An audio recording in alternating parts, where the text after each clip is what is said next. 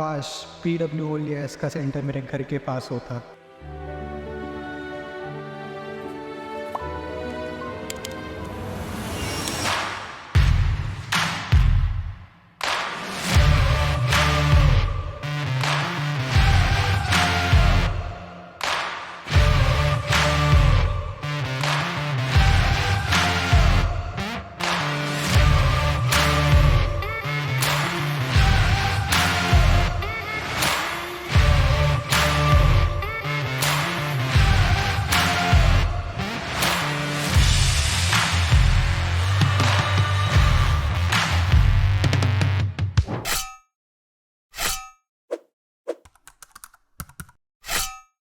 दोस्तों, supreme court के सामने एक बहुत इंपॉर्टेंट मुद्दा था कि आखिर वो सेम सेक्स मैरिज को लीगलाइज करेंगे या नहीं करेंगे। तो अभी के लिए सुप्रीम कोर्ट ने बोला है कि नहीं, सेम सेक्स मैरिज अभी लीगलाइज नहीं हो रही। ये एक स्प्लिट वर्डिक्ट था जहां पर हमें 3 मेजॉरिटी में और 2 माइनॉरिटी में देखने को मिले। तो इस पूरे मुद्दे को काफ़ी हम डिटेल में समझेंगे भी। इसके साथ में अगर आप नोटिस करो आज की हेडलाइंस के अंदर ही, तो प्रधानमंत्री जी ने जब 2 महीने से भी ज़्यादा टाइम हो गया है हमारे जो सक्सेसफुल मिशन हुआ था हमारा मून के ऊपर, उसके बाद बात करी गई है कि 2035 तक हमारा खुद का इंडियन स्पेस स्टेशन हो जाएगा। साथ ही साथ 2040 तक एक इंडियन आपका मून पे भी देखने को मिलेगा। तो ये सारे इंपॉर्टेंट गोल इसरो के रिगार्डिंग यहाँ पे देखने को मिल जाते हैं। तो दोस्तों, डेट है आज की 18 अक्टूबर 2023 एंड आप सभी का स्वागत है आज के प्रीलिम बूस्टर न्यूज़ डिस्कशन के अंदर। चलिए स्टार्ट करते हैं और मुद्दे को समझने की कोशिश करते हैं कि आखिर यहाँ पे बात क्या हुई है। देखो, पहले मैं एक इंपॉर्टेंट चीज़ आपको बताऊँ। एग्ज़ाम पर्सपेक्टिव से ना आपको ये चीज़ पता होनी चाहिए कि आखिर इन द एंड डिसीजन हुआ क्या? मेजॉरिटी ने आखिर बात क्या कही है? जो 5 जजेस थे ना, उसमें से 3 जजेस ने क्या फ़ेवर में कहा है? तो आंसर हमें प्रीलिम्स के अंदर क्वेश्चन बनेगा, तो आपको ये जो इन्होंने बात रखी है ना, तो ये आपको लिखनी पड़ेगी या फिर इसको टिक मार्क करना पड़ेगा। पर आपकी अंडरस्टैंडिंग के लिए मैं आपको कंप्लीटली मुद्दा समझा देता हूँ कि आखिर कौन से जज ने क्या बात कही। पहली बात तो ये समझो कि इसकी जो डिस्कशन हो रही थी ना, वो अप्रैल और मई के मंथ में चल रही थी। उस टाइम के ऊपर काफ़ी सारी दलीलें दी गई कि आखिर इसको क्यों यहाँ पे हमें करना चाहिए लीगलाइज़। तो एक्चुअली जो पिटिशनर्स थे ना, उन्होंने बात करी कि भैया, हमारे संविधान के अंदर डिग्निफाइड लाइफ़ के बारे में बात करी गई है कि नहीं? अब जैसे बाकी मेल-फीमेल को हम बात करते हैं कि उनकी डिग्निफाइड लाइफ़ होती है, तो भैया एलजीबीटीक्यू को क्यों नहीं डिग्निफाइड लाइफ़ मिल रही? है कि नहीं? साथ ही साथ इन्होंने ये भी बात करी कि हमारे पास ना एक स्पेशल मैरिज एक्ट है, एसएमए। ठीक है? स्पेशल मैरिज एक्ट के अंदर पता क्या होता है? जैसे फॉर एग्ज़ाम्पल एक मान लो कोई हिंदू पर्सन है, मतलब लेट्स से हिंदू मेल है लेट्स से एक, और एक है मुस्लिम महिला है। इन दोनों को मान लो शादी करनी है। तो अब या तो तरीका ये है कि भैया आप एक-दूसरे के रिलीजन में कन्वर्ट हो जाओ। जैसे हिंदू वाला बंदा या तो मुस्लिम बन जाए या मुस्लिम वाली जो महिला है, वो हिंदू बन जाए, फिर वो शादी कर पाएँगे। पर अगर ऐसा आपको नहीं करना, अपने धर्म को कंटिन्यू रखना है, तो स्पेशल मैरिज एक्ट के अंतर्गत ये चीज़ हो सकती है। ठीक है, पर यहाँ पर क्यों डिस्कस कर रहे हैं इसको? इसको इसलिए यहाँ पे डिस्कस किया जा रहा है, क्योंकि स्पेशल मैरिज एक्ट के अंदर बात करी गई है कि एक मेल और एक फीमेल जो कि अलग-अलग रीजन के हों, वो यहाँ पे शादी इसके थ्रू करने का प्रावधान है। तो यहाँ पर ना इन्होंने वर्ड यूज़ कर दिया मेल और फीमेल का। अब एलजीबीटीक्यू के लिए मतलब ये एक तरह से एक्सक्लूड हो गए, ठीक है ना? इसमें मेल फीमेल तो कुछ होता नहीं एलजीबीटीक्यू के अंदर तो। तो यहाँ पर इनकी ये डिमांड थी कि स्पेशल मैरिज एक्ट के अंतर्गत इनको यहाँ पे लीगल रिकॉग्निशन यहाँ पे मिल जा पाए, ताकि इनकी डिग्निटी और साथ ही साथ शादी के रिलेटेड और जो अलग-अलग तरह के बेनिफिट्स होते हैं, वो यहाँ पर एलजीबीटीक्यू को मिल पाएँ। ये फ़ोकस था। आप सोचेंगे सर किस तरह के बेनिफिट्स? देखो, बेनिफिट जैसे कि अडॉप्शन हो गया, मतलब मैरिज के रिगार्डिंग और बहुत सारी चीज़ें हो सकती हैं, इंश्योरेंस के रिगार्डिंग हो सकता है, पेंशन वगैरह चीज़ें हो सकती हैं, वहाँ इस तरह के बेनिफिट्स हो सकती हैं, सरोगेसी वगैरह के बेनिफिट्स भी हो सकते हैं। तो ये बेनिफिट्स इनको नहीं मिल पा रहे थे। चलो ठीक है, ये थी इनकी दलील कि भैया हाँ, हमें मिलना चाहिए। ऑन द अदर हैंड हमारी जो सरकार थी, उसके जो सॉलिसिटर जनरल हमें देखने को मिलते हैं तुषार मेहता जी, उन्होंने बात करी कि नहीं, यहाँ पर ना एक्चुअल में कोर्ट को इस चीज़ों के अंदर दखल देने की ज़रूरत नहीं है, ये काम पार्लियामेंट का है। कि पार्लियामेंट देखेगा कि हाँ यार, एक्चुअल में ऐसे लॉज़ की ज़रूरत है या नहीं है, क्या इस तरह के चेंजेस करने चाहिए, नहीं करने चाहिए। और साथ ही साथ इन्होंने सरकार की तरफ से पक्ष रखते हुए ये बात कही कि जो मैरिज होती है ना, वो एक बायोलॉजिकल मेल और बायोलॉजिकल फीमेल, इन दोनों के बीच में ही होती है। सरकार ये ज़रूर कोशिश करेगी जो एलजीबीटीक्यू कम्युनिटी के लोग हैं, उनके जो भी कंसर्न्स हैं, उनको हम टैकल करें, इनफैक्ट कमेटी वगैरह बनाई जाएगी। पर मैरिज जो होती है, वो तो हमेशा से यही है ना कि it has been a biological male और बायोलॉजिकल फीमेल के बीच में।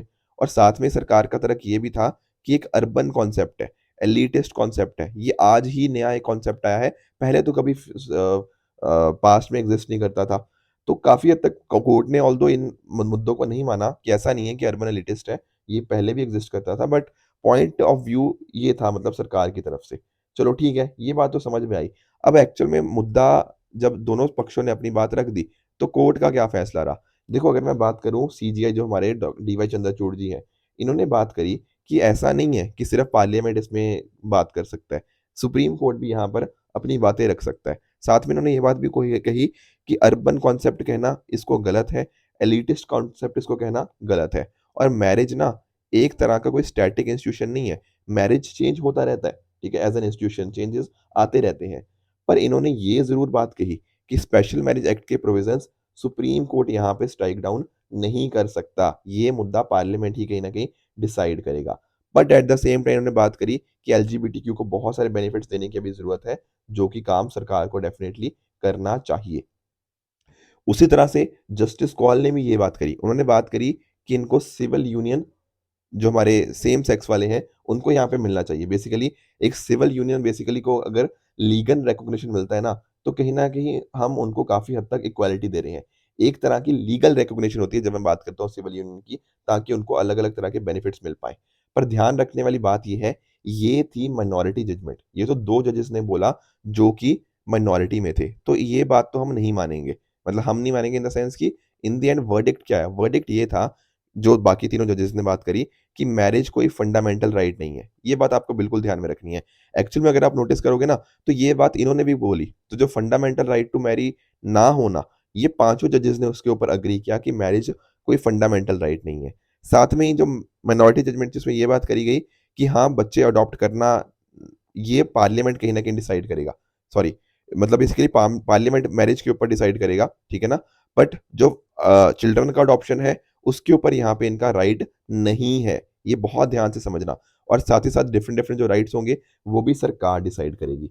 तो इस तरह से अगर आप नोटिस करोगे, तो मेजॉरिटी जजमेंट का व्यू पॉइंट क्या निकला है, वो यही है कि मैरिज फंडामेंटल राइट नहीं है, सिर्फ पार्लियामेंट डिसाइड करेगा इन चीज़ों के ऊपर, और साथ ही साथ चिल्ड्रन अडॉप्ट करने का भी राइट यहाँ पे इनके पास नहीं है jointly. And lastly government different different तरह के राइट्स इनको देने चाहिए, जो कि इनको हेल्प कर सकते हैं अपनी सिचुएशन को सुधारने के लिए।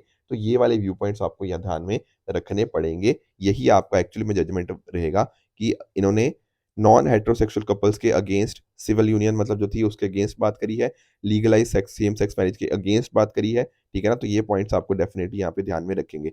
यही सारी बातें इनके अंदर लिखी गई हैं। तो आई होप आपको ये पॉइंट समझ आ गया होगा, एंड आपको जो मेजॉरिटी जजमेंट थी, वो भी यहाँ पे समझ आ गई होगी।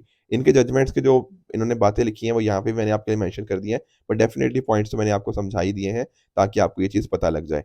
अब ध्यान में रखना, एक्चुअल में अगर आप नोटिस करोगे ना, तो दुनिया में लगभग 33 कंट्री है जो सेम सेक्स मैरिजेस और सिविल यूनियन को रिकॉग्नाइज़ करती हैं। G7 के अंदर जापान एकमात्र ऐसा कंट्री है, जो कि सेम सेक्स मैरिज को रिकॉग्नाइज़ नहीं करता। बाकी अगर आप नोटिस करोगे, जैसे फॉर एग्ज़ाम्पल आपका यूएस हो गया, कनाडा हो गया, ये सब यहाँ पे इसको अलाउ करते हैं, ठीक है ना? तो दुनिया भर में अगर आप नोटिस करोगे ना, ये जो रेड और आपको ऑरेंज वाले देखने को मिल रहा है ना, अलग-अलग जो कंट्रीज़ हैं, यहाँ पर होमोसेक्सुअलिटी एक्ट्स या तो इल्लीगल है, या फिर इनफैक्ट उनको पनिश किया जा सकता है डेथ देके हुए। तो यहाँ पर लॉज़ काफ़ी यहाँ पे स्ट्रिक्ट है, ठीक है ना? बाकी आप और कंट्रीज़ भी यहाँ पे नोटिस कर पाओगे। चलते हैं अगले टॉपिक की तरफ, जो टॉपिक है हमारा विद रिगार्ड्स टू मिलेट्स के रिगार्डिंग। देखो, अभी जो कुछ जर्नल्स के अंदर मिलेट्स के रिगार्डिंग कुछ डिस्कशन छपी है, तो थोड़ा-सा उसको हम समझने की कोशिश करते हैं। देखो, जब हम बात करते हैं ना मिलेट्स की, तो दरअसल में मिलेट्स के बहुत सारे बेनिफिट्स हमें देखने को मिल जाते हैं। जैसे फॉर एग्ज़ाम्पल, अगर आपके पास ना मान लो जो मिट्टी है, वो बहुत ज़्यादा उपजाऊ भी नहीं है, तब भी वहाँ पे आप मिलेट्स जैसे कि आप ज्वार हो गया, बाजरा हो गया, रागी हो गया, इस तरह के अलग-अलग मिलेट्स वहाँ पे ग्रो कर सकते हो। रिसोर्सेज़ भी इनको काफ़ी कम चाहिए, जैसे फॉर एग्ज़ाम्पल कम बारिश होती है, वहाँ पर भी ये सर्वाइव कर जाते हैं। अगर मान लो गर्मी बहुत ज़्यादा है, तब भी वहाँ पर ये सर्वाइव कर सक जाते हैं। इनका ग्रोइंग सीज़न भी काफ़ी छोटा होता है। तो एक तरह से अगर आप नोटिस करोगे, आजकल जो हमारा एनवायरनमेंट और इकोलॉजी को नुकसान हो रहा है कहीं न कहीं डिफरेंट डिफरेंट तरह की क्रॉप्स ग्रो करने की वजह से, रिसोर्स बहुत ज़्यादा यूज़ करने की वजह से, वहाँ पर यहाँ पे मिलेट्स हमारे बहुत ज़्यादा हेल्पफुल हो सकते हैं। एट द सेम टाइम अगर आप नोटिस करोगे ना, तो ह्यूमन हेल्थ के लिए भी ये बहुत अच्छे हैं। जैसे फॉर एग्ज़ाम्पल अच्छी खासी न्यूट्रिशनल वैल्यू होती है, फाइबर कंटेंट अच्छा होता है, लंबे टाइम के लिए आप स्टोर कर सकते हो, आपकी डाइट वगैरह काफ़ी हेल्दी हो जाती है। बात करें, अगर आप नोटिस करोगे, जैसे फॉर एग्ज़ाम्पल अगर आप बात करो, जैसे बाजरा की बात करें, तो बाजरा आपको सबसे ज़्यादा राजस्थान में आपको देखने को मिल जाएगा। ज्वार की बात करें, तो आपको महाराष्ट्र के अंदर मैक्सिमम देखने को मिल जाएगा, और रागी की अगर मैं बात करूँ तो आपको कर्नाटका के अंदर ये चीज़ देखने को मिल जाएगी। इवन अगर हम बात करते हैं ना 2023 की, 2023 क्या है? इंटरनेशनल ईयर ऑफ मिलेट्स यहाँ पे हमें देखने को मिल जाता है और बेनिफिट्स बाकी मैंने आपको बता ही दिए हैं कि वेट लॉस होता है, डायबिटीज़ कंट्रोल होता है, आपको नींद अच्छी आती है, सारे अलग-अलग बेनिफिट्स हमें यहाँ पे देखने को मिल जाते हैं। तो जो नेचर के अंदर मतलब जो रिपोर्ट छपी थी इसके रिगार्डिंग मिलेट्स के अंदर, उसके रिगार्डिंग कुछ फैक्ट्स वगैरह थे, तो मैंने आपके रिगार्डिंग आपसे ये क्वेश्चन भी पूछा था इनफैक्ट, तो इन सभी के एक-एक करके मैं आपको आंसर देने की कोशिश करता हूँ। जैसे पहला स्टेटमेंट है कि मिलेट्स एक तरह से राबी क्रॉप की तरह प्राइमरीली ग्रो किए जाते हैं। ये स्टेटमेंट अपने आप में गलत है। यहाँ पर ये ख़ारिफ़ क्रॉप की तरह ग्रो किए जाते हैं। चिंता मत करो, मैंने यहाँ सारा लिखा हुआ है आपके लिए, बट ये आपको समझाने के लिए कोशिश कर रहा हूँ। यहाँ पे बात दूसरा स्टेटमेंट कह रहा था कि गुजरात जो है वो लार्जेस्ट प्रोड्यूसर है। नहीं, ये बात अपने आप में गलत है। आपको जो राजस्थान है ना, it is the largest producer of millets in India, ये बात आप ध्यान में रखोगे। अगर हम बात करते हैं मिलेट प्रोडक्टिविटी की, तो मिलेट प्रोडक्टिविटी हाईएस्ट हमें कहाँ देखने को मिलती है? वो देखने को मिल जाएगी आपको आंध्र प्रदेश के अंदर। चौथा स्टेटमेंट जो कह रहा है कि इंडिया लार्जेस्ट प्रोड्यूसर है मिलेट्स का, ये बात अपने आप में करेक्ट है। लगभग 44% जो दुनिया भर में मिलेट्स प्रोड्यूस होती हैं, मतलब मिलेट्स प्रोडक्शन वो इंडिया में ही होता है। पाँचवाँ कह रहा है कि इंडिया लार्जेस्ट प्रोड्यूसर है मिलेट्स का, नहीं, इंडिया सेकंड लार्जेस्ट प्रोड्यूसर हमें यहाँ पे देखने को मिल जाएगा। तो फिफ्थ गलत है, आपका थर्ड ठीक है, फोर्थ ठीक है, सेकंड गलत है, फर्स्ट गलत है। तो ये सारे पॉइंट्स आपको पता होने चाहिए। अब यहाँ पर पूछा था कितने स्टेटमेंट्स यहाँ पे करेक्ट है, तो हमें देखने को मिलता है कि सिर्फ 2 स्टेटमेंट ही हमें यहाँ पे करेक्ट है, तो ऑप्शन बनेगा ऑप्शन नंबर ए, 2 ओनली। ये सारी की सारी जो चीज़ें मैंने आपको समझाई, ये जो जर्नल है नेचर वाटर वहाँ से मैंने ली हैं और पूरा डेटा वहाँ से मैंने आपको कंपाइल करके हुए यहाँ पर दे भी दिया है, राइट? आगे चलते हैं, कॉन्स्टिट्यूशन बेंच के बारे में ज़िक्र कर लेते हैं। देखो कल की न्यूज़पेपर में भी था इलेक्टोरल बॉन्ड्स के रिगार्डिंग कॉन्स्टिट्यूशन बेंच हो गया। अभी जो हमने डिस्कस किया एलजीबीटीक्यू का मुद्दा, उसके रिगार्डिंग भी हमें यहाँ पे कॉन्स्टिट्यूशन बेंच देखने को मिल रहा है। तो समझते हैं कि आखिर कॉन्स्टिट्यूशन बेंच आखिर होता क्या है? देखो वो सुप्रीम कोर्ट का बेंच जहाँ पर हमें मिनिमम 5 जजेस देखने को मिलते हैं, उसको कॉन्स्टिट्यूशनल बेंच बोला जाता है। यहाँ पर होता क्या है, इसको तब बनाया जाता है जब कहीं न कहीं मैटर ऑफ लॉ हमें देखने को मिल जाए।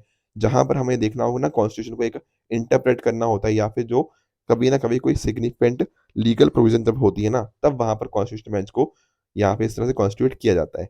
अब सबसे इम्पोर्टेंट बात ये है, काफ़ी लोगों को ऐसा लगता है कि शायद ना जब कॉन्स्टिट्यूशन बेंच बनता है ना, उसके ऊपर सीजीआई होंगे ही होंगे, बट ऐसा बिल्कुल भी नहीं है। It is not binding on the CJI to be part of the constitution bench. हो सकता है कोई भी 5 जजेस हों, ज़रूरी नहीं है कि सीजीआई को वहाँ पे होना ही होना है। तो ये चीज़ आप बिल्कुल ध्यान में रखिएगा और आर्टिकल 145 जो है हमारा कहीं न कहीं वो इस चीज़ के रिगार्डिंग जो रूल्स हैं, उसको यहाँ पे बताता है। आगे चलते हैं नेशनल ग्रीन हाइड्रोजन मिशन के रिगार्डिंग। देखो कुछ रिपोर्ट्स आ रही हैं जो हमें ये बता रही हैं कि एक्चुअल में हमारी सरकार की कोशिश है कि हम ग्रीन हाइड्रोजन की डायरेक्शन में अंदर अच्छा काम करें, पर कहीं न कहीं बहुत सारे चैलेंजेस हमें यहाँ पे देखने को मिल जाते हैं। थोड़ा हम इस वजह से नेशनल ग्रीन हाइड्रोजन मिशन को पढ़ लेते हैं। देखो 2023 जनवरी के अंदर क्या हुआ, सरकार की तरफ से नेशनल ग्रीन हाइड्रोजन मिशन को अप्रूवल दिया गया। टोटल 19,744 करोड़ का यहाँ पे बजट आउटले है। कोशिश यही है कि इंडिया को ना एक तरह से ग्लोबल हब बनाया जा पाए, किसका? ग्रीन हाइड्रोजन का। थोड़ा ना पहले आपको मैं अलग-अलग तरह की हाइड्रोजन समझाने की कोशिश करता हूँ। एक होता है आपका ग्रे हाइड्रोजन। अब ध्यान रखना यहाँ पर ग्रीन हाइड्रोजन के अंदर क्या होता है ना, यहाँ पर गैसिफिकेशन के माध्यम से कहीं न कहीं यूज़ किया जाता है और इसका सोर्स क्या होता है? मीथेन और कोल। तो एक्चुअल में थोड़ा ना एनवायरनमेंट के लिए उतना अच्छा नहीं है, ठीक है? क्योंकि कोल यूज़ कर रहे हो, मीथेन यूज़ करी जा रही है, ये सारी चीज़ें। अब गैसिफिकेशन के अंदर क्या होता है, आपके जो भी जैसे आप मैंने बात करी ना कोल हो गया, आपका और म्युनिसिपल सॉलिड वेस्ट हो गया, इस तरह के जो अलग-अलग सॉलिड मटेरियल्स होते हैं ना, उनको आप गैसेज़ के अंदर कन्वर्ट करने की कोशिश करते हो, जिसका नाम क्या देते हो? सिंथेटिक गैस या फिर आप सिन गैस भी आप यहाँ पे देख सकते हो। तो यहाँ पर आपका प्रोडक्शन हो सकती है कार्बन मोनोऑक्साइड वगैरह की भी प्रोडक्शन हो सकती है, कार्बन डाइऑक्साइड की इनफैक्ट भी प्रोडक्शन हो सकती है, तो इस वजह से थोड़ा ये उतना एनवायरनमेंट के लिए अच्छा नहीं है। अगर मैं बात करता हूँ देखो ब्लू हाइड्रोजन की, तो ब्लू हाइड्रोजन के अंदर भी सेम चीज़ें होती है, पर यहाँ पे कार्बन कैप्चर एंड स्टोरेज का तकनीक यूज़ करी जाती है, ताकि कहीं न कहीं जो कार्बन एमिशन है उसको काफ़ी हद तक कम किया जा पाए। एक टर्क्वियोस हाइड्रोजन भी देखने को मिल जाता है, यहाँ पर भी आपका सोर्स मेजरली मीथेन ही रहता है, पर यहाँ पे पाइरोलिसिस का प्रोसेस होता है।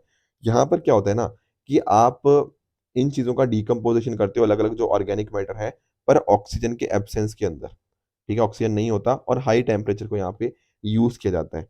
फिर कहीं न कहीं उससे जो अलग-अलग चीज़ें बनती है एंड उसको यूज़ किया जा सकता है। लास्टली जब मैं बात करता हूँ ग्रीन हाइड्रोजन की, तो यहाँ पर इलेक्ट्रोलिसिस का प्रोसेस यूज़ होता है।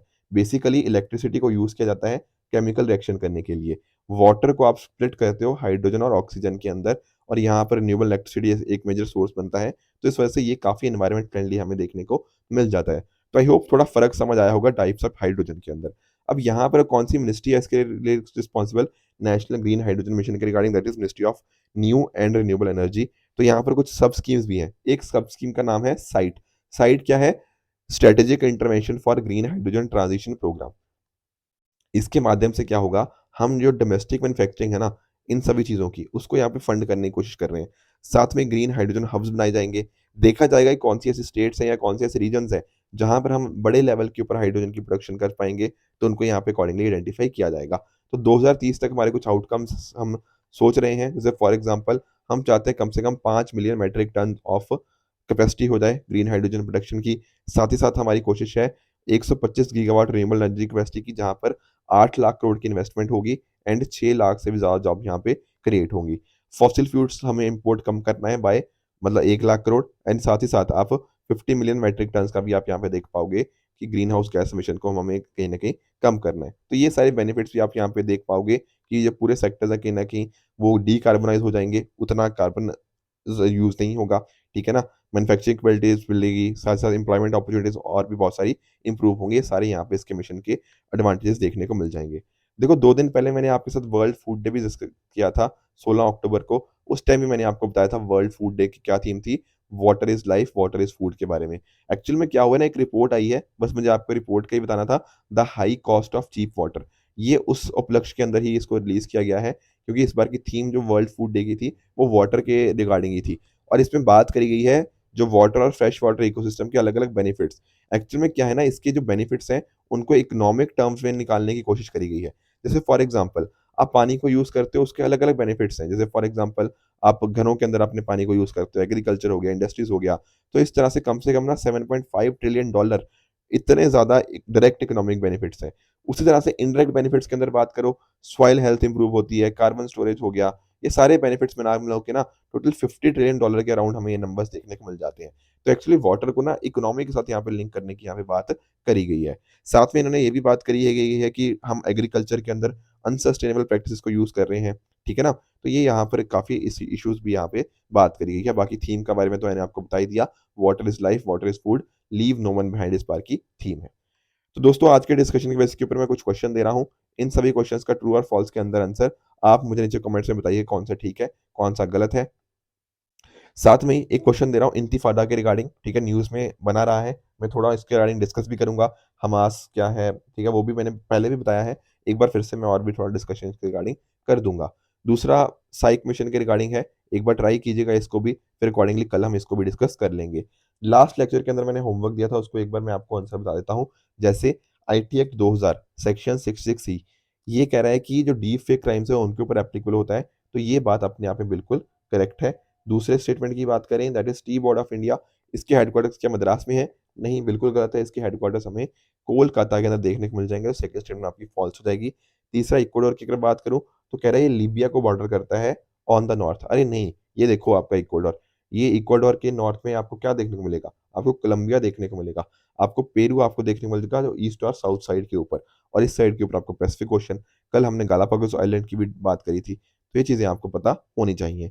इसके साथ ही मैंने जो आपको होमवर्क दिया था with regards to ozone depletion, तो कह रहा है कि ज़्यादातर जो ओज़ोन डिप्लीशन होता है वो अंटार्कटिका के ऊपर होता है।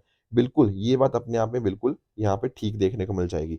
सेकंड स्टेटमेंट की अगर मैं बात करूँ, यहाँ कह रहा है कि अगस्त और सितंबर के बीच में क्या हो रहा है, आपके स्ट्रेटोस्फेरिक क्लाउड्स की प्रेज़ेंस होती है। बिल्कुल ठीक बात है एंड एब्सेंस होती है एटमॉस्फेरिक मिक्सिंग की, जिस वजह से हमें ये चीज़ें देखने को मिल जाती हैं। ये बातें बिल्कुल करेक्ट है। ये देखो आपने ना इवन यूपीएससी ने पीवाईक्यू से पूछा भी हुआ है स्ट्रेटोस्फेरिक क्लाउड्स के बारे में, तो उसी वजह से प्रेज़ेंस की वजह से ये सारी चीज़ें हमें देखने को मिलती हैं। तो यहाँ पर एक्चुअल में दोनों के दोनों स्टेटमेंट ठीक है, कोई दिक्कत नहीं है एंड साथ में ही जो स्टेटमेंट 2 है, उसकी यहाँ पे एक करेक्ट एक्सप्लेनेशन भी है। इसको क्यों डिस्कस कर रहे हैं?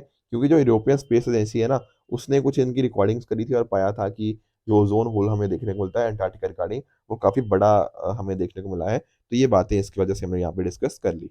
ठीक है फ्रेंड्स? तो ये थी आज की डिस्कशन। अगर आपको इस लेक्चर की पीडीएफ चाहिए तो आप हमारे Telegram channel PW only S official पे जाके इस लेक्चर की पीडीएफ को एक्सेस कर सकते हो एंड अपनी प्रिपरेशन को और भी बेहतर बना सकते हो। ठीक है? तो थैंक यू वेरी मच।